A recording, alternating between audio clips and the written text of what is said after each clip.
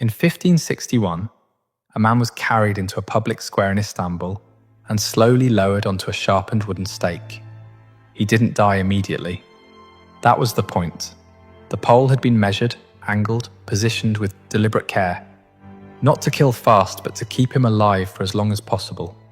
Around him, a crowd gathered. Not soldiers, not officials. Ordinary people on their way to market, to prayer, to work. They stopped. They watched. And the Ottoman state watched them watching. Because this moment wasn't about the man on the stake. It was about every person standing in that square who would spend the rest of their lives remembering what they had seen. The Ottoman Empire produced some of the most sophisticated legal minds of the medieval world. Its courts were so trusted that non-Muslims crossed borders specifically to use them. Scholars wrote of a civilization that had balanced power and law in ways most empires never managed. But that same civilization, with those same judges, those same courts, those same written codes, built something else alongside all of it. Something that didn't appear in the legal texts, something that didn't need to.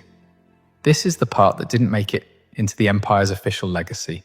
If this is the history they buried, subscribe. We go exactly where they didn't want us to look. The public square in a mid-16th century Ottoman city was not what most people picture when they think of the empire's golden age. It was a place where the state communicated in the only language that reached everyone, regardless of literacy, rank, or religion. Pain made visible, consequence made permanent. A man walking through the market might pass a set of hands nailed to the city gate before he reached the fruit sellers. A head on a spike at eye level, facing outward toward the street, the body of an executed rebel left where it fell for 3 days, because moving it would have ended the message too soon. These were not accidents of a brutal era. They were outputs of a deliberate system. Someone had calculated them. Judges in the Sharia courts handled commerce, inheritance, and marriage disputes with a procedural rigor that impressed foreign observers. The Sultan's secular law, the Qanun, governed criminal matters beside it. Two parallel systems, both legitimate, both functional, and one of them contained a clause the other never quite acknowledged. When the state needed to be feared, the law became a stage. A Qadi could issue a ruling that was, by the standards of the time, entirely fair. Evidence weighed, testimony heard, punishments proportionate to the crime. That ruling might then be carried out at noon in a public square, in front of the maximum possible audience, with an executioner trained not just to kill, but to extend the spectacle. The fairness of the verdict and the brutality of its execution were not contradictions. They were features of the same machine, doing different jobs. What that machine produced wasn't just fear of punishment. It was something more durable, something the empire could rely on, whether or not a soldier was standing on that particular corner. People who policed themselves. Ottoman administrative texts used a specific term for it, ibret, meaning warning example. When officials ordered a public execution, documentation sometimes noted explicitly that it was done for ibret, for the edification of those watching. The punishment was not the end of the process, the watching was. Which raises a question the empire's admirers have rarely asked directly. If the courts were as fair as the records suggest, if the law was as sophisticated as the scholarship indicates, then why did it need the spectacle at all? Why, in a civilization capable of genuine legal nuance, was it also necessary to leave a man on a stake in a public square for 3 days? The answer doesn't begin in the courts. It doesn't begin in the law. It begins in the palace.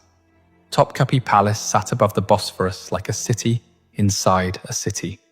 From its walls you could see Europe on one side, Asia on the other. Poets competed for positions at court. Astronomers mapped the heavens from its towers. And in its inner chambers, young boys waited to find out which of them would survive. The Ottoman succession had no fixed rule. Any son of the Sultan could claim the throne. That single fact had produced something worse than war, a recurring cycle of collapse. Brothers raised armies, provinces chose sides, borders softened, enemies moved, Mehmed II understood this with the same precision he brought to siege warfare. He had taken Constantinople at 21, and he knew that an empire won on the battlefield could be lost in a palace corridor. So he did something no ruler before him had been willing to put in writing. He made it law. The text is blunt in the way that only documents written by men with absolute power can be. Whichever of his sons inherited the throne was legally permitted, encouraged, to kill his brothers, not as punishment, not for any crime, simply for existing. The justification was a single line. The order of the world required it. For decades it worked. Successions that would have collapsed into civil war were resolved in a single night. The empire held its borders. Campaigns continued uninterrupted. From the outside, the system looked like stability. From the inside, it looked like a countdown. Because every prince in Topkapi was now both a potential sultan and a potential corpse, and the distance between those two outcomes depended entirely on which of his brothers reached the executioners first. The palace became a place where proximity to power was proximity to death, and where the men who survived long enough to rule had done so by operating in an environment of permanent, calculated threats since childhood. Then came 1595. Mehmed III ascended the throne in January of that year. His father Murad had left behind an empire showing strain at every edge, Persian pressure in the east, Habsburg resistance in the west, and inside the palace, a harem that had produced an unusual number of surviving sons, 19 of them. Within days of Mehmed's accession, the order was given. All 19 brothers were to be executed. The oldest was in his mid-teens. Several were still infants. Royal blood could not touch the ground, so they were strangled, each one individually, with a silk cord. The bodies were wrapped and buried before the official mourning period for the previous sultan had ended. The court observed both events simultaneously. Grief for the father, silence about the sons, but here is the detail that gets left out of most accounts. The mothers of the executed princes were not removed, not punished. They were loaded onto a boat within the week and transported across the city to the old palace, where former concubines and retired harem members were housed. They arrived carrying nothing. They would never return. This was not cruelty. This was procedure. And it reveals something the law of fratricide almost obscures by being so extreme. Because while everyone watched the 19 brothers, the silk cord, the infants, the scale of it, something else had been operating inside that palace for decades. Something the men who wrote those laws had not accounted for. The harem was not what European observers described when they came home with stories of veiled women and forbidden rooms. Those accounts said what their audiences wanted to hear. What the harem actually was, functionally, structurally, politically, was the operational centre of the most powerful empire on earth. And by 1595, it had been controlled for 60 years, not by the Sultan, by his mother. The office had no formal title in the early years, no written mandate, but by the mid-16th century, it had one, Valide Sultan, and the women who held it had built a form of power that the Kanun name, for all its ruthless precision, had never once addressed. Because the men who wrote it had never considered them a threat, they were wrong. Because in the same decades the fratricide law was being applied with mechanical efficiency, the Valide Sultans were doing something the law had no mechanism to stop. They were choosing which son became sultan in the first place. Her name was Hurrem. She arrived at Topkapi as a slave, taken during a raid on a Ruthenian village sometime in the 1510s. No family connections, no political allies. Nothing the Ottoman system recognized as power. Within 15 years, she had rewritten what power meant.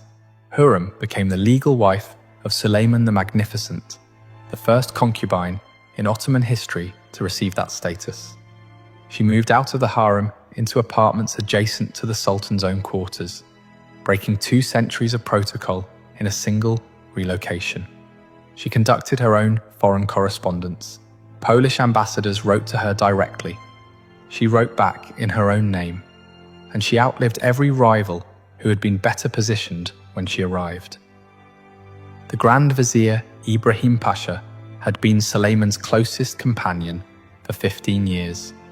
He had commanded armies, negotiated treaties, dined with the Sultan so regularly that foreign visitors assumed he was untouchable.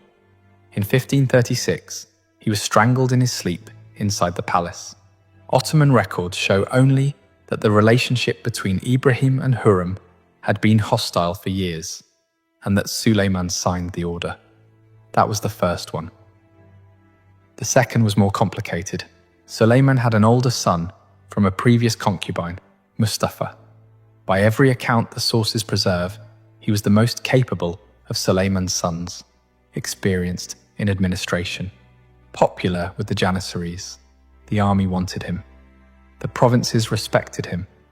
By the 1550s, he was the obvious successor, and the Ottoman establishment knew it. Hurrem's sons were younger, less tested, and politically weaker. In 1553, Sulayman summoned Mustafa to his military camp in Anatolia. The charge was never formally recorded, something involving contact with the Safavid enemy, a suggestion of treason. Mustafa arrived at his father's tent. He walked inside. The executioners were already waiting. He was strangled with a bowstring. The Janissaries, who had served under him, wept openly in the camp. Several units refused orders for days. A revolt broke out in Anatolia, led by a man who claimed to be Mustafa's ghost. That detail alone measures the scale of what his death meant to the people who had been counting on him. None of it changed anything. Hurrem had died 2 years before Mustafa's execution, which means the machinery she built kept running after she was gone. Her son Selim eventually took the throne. The historians who came after called him Selim the Sot. His reign is defined largely by what didn't happen. The woman who maneuvered him there left no official record of having done any of it. That is not an accident. Ottoman imperial chronicles were written by men employed to document the state's glory. Hurrem appears in them as a wife, a builder of mosques and soup kitchens, and a women's hospital in Jerusalem. The political architecture she constructed over 3 decades appears only in its outcomes, the deaths recorded, the official reasons given. The corridor between the two left deliberately blank, but the outcomes were visible to anyone inside the palace who was watching, and there were women inside Topkapi who had been watching very carefully. The period historians would call the Sultanate of Women lasted from roughly the 1530s to the 1650s. During that span, the mothers and senior women of the imperial harem exercised direct influence over succession, appointments, and foreign policy that no official Ottoman document was designed to record. What made it possible